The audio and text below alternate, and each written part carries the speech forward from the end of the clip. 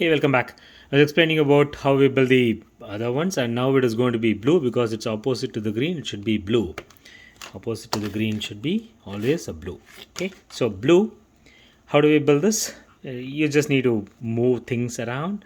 So since you have one piece already, like keep this as a buffer. This is your base, right? So be move up, up, move it to the sixth position, and keep this down. So now you move this entire layer down and then do a 2f f2 and then move this entire layer up. So that way you are actually getting the three pieces down, right? Three of the cores come down instead of one, and we are left with one. So move this piece to the top, which is in the sixth position in the pivot, and the unsolved position should be 11.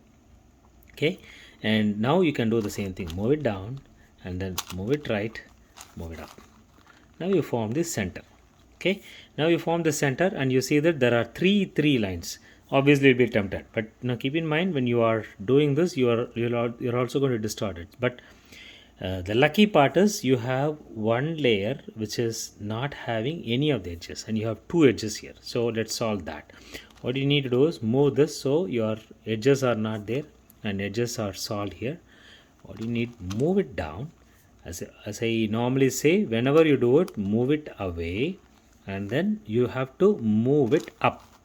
Otherwise you will distort the green or the orange. So now you have moved the two edges here, two edges here. You're left with two edges here and one edge center, two, totally three. And you have seen this again is tempting because you see 1, 2, 3, 4, and this is in one line, and you see only one that is here. So we want to replace this with this. So what you do is you have to move this to a place where, let's say you have to move this here, you should move to the opposite, right? So move this here and then rotate it down and then move it here. So that way you have replaced the four pieces with the one piece, right? Now this has formed this. Unfortunately, when we do such moves, big moves, your edge gets distorted, but we have a way to solve that. So what you need to do is you keep the buffer here and this position. You just need to follow the same convention. Move it down, left, move this second layer down, right, which is F, and then you do a third layer up and then move an F prime and then the second layer up. So now you have actually fixed all these things except for the one piece, and obviously these are the only two edges, two centers that are not solved. So if this is not solved, this is also not solved. It can be either way. So you think about it. This is only one. So there is no buffer or pivot here, because if this is a buffer, this becomes a pivot, right? So obviously it's a vice versa. So it doesn't really matter. Keep these closer. That's the only thing that we need to do. You can either move this here or move this here. Either way is fine. What I'm saying is, if you want to move the red, you want to move this here, then you bring the red down. Or if you want to do it the other way, you bring the blue down. It doesn't really matter, right? So I'm going to use this convention where I want to use this as a pivot and this as a buffer. You can use the other way. Do it right and then move it to the right and then move it up. You formed the line. This line should go to the left, so move it to the right and then move it up. Rotate it with the F2, U2, and then bring it back. Woohoo! You actually solved the centers. Incredible. And it is actually faster. I don't know how much I was skipping with an assumption that you are following. Maybe because I know it, I'm doing it faster. And in case you are not following me during the time when I was explaining things, please try to play it back and then see if what I told really you are able to follow it. If it is not, please pass on a comment. I will correct that clip with the information. So what we have done is we formed the core. We started with yellow. We formed the core center, then try to fix the edges and then move the corners.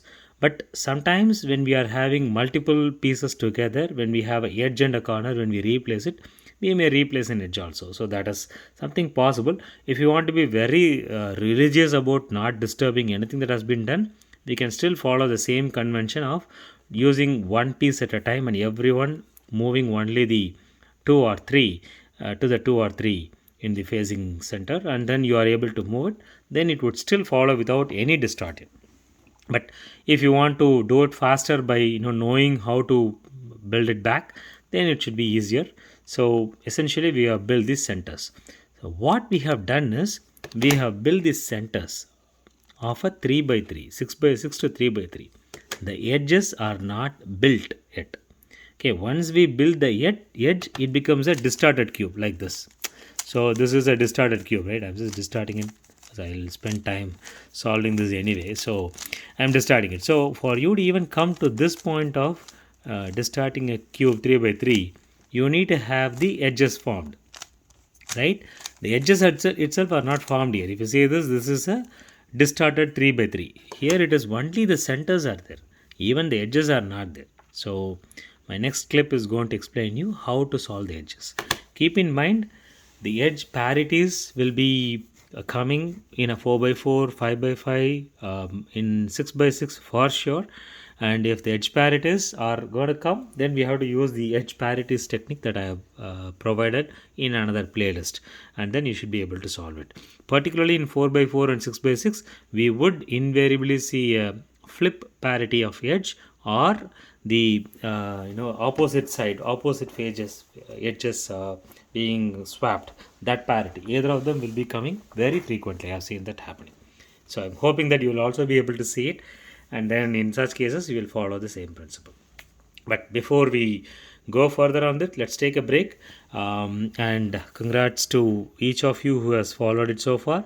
We were able to build the centers of a 6 by 6, which in itself is a big task, and so congrats to you on that. Thank you. Let's continue with the edge parity shortly after a small break.